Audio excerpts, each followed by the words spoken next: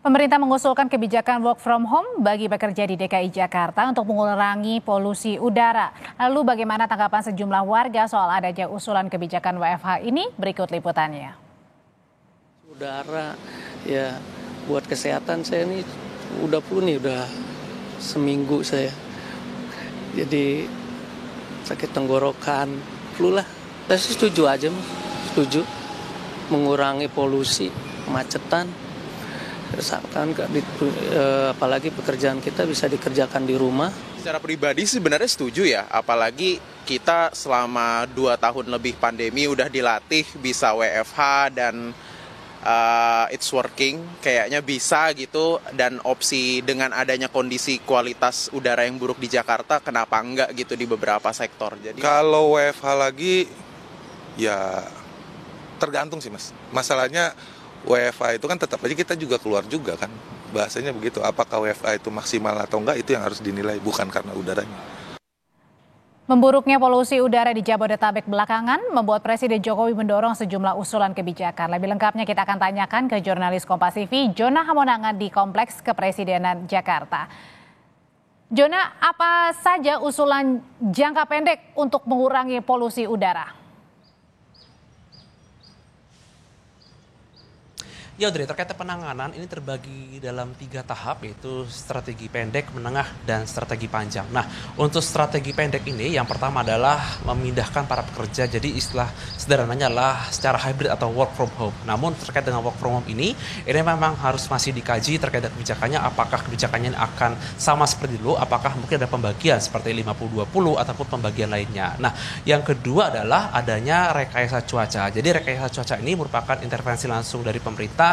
Jadi rekayasa ini seperti membangkitkan atau membuat hujan. Jadi dengan menerbangkan pesawat dan juga menaburkan seperti garam atau dari benda kimia lainnya. Jadi ada hujan yang turun dan ini menyebabkan adanya perputaran khususnya sirkulasi udara. Nah, untuk strategi lain seperti strategi jangka menengah dan strategi jangka panjang ini memang harus menunggu dari kementerian lain, dikarenakan memang ada beberapa strategi pemerintah seperti masyarakat dihimbau menggunakan transportasi umum dan juga dari kendaraan dari yang sebelumnya menggunakan fosil atau kendaraan bahan bakar minyak dialihkan menuju kendaraan listrik. Jadi ini merupakan salah satu cara atau langkah agar polusi udara di Jakarta bisa menurun. Apalagi kalau kita lihat selama 2 minggu belakangan ini terasa sekali yang buat tinggal di Jakarta mungkin ada yang batuk atau pilek ataupun mata terasa pedih dikarenakan memang polusi udara ini memang cukup buruk. Nah, ini merupakan salah satu intervensi dilakukan oleh pemerintah khususnya Presiden Joko Widodo agar masyarakat yang tinggal di Jakarta ini bisa merasakan adanya dampak penurunan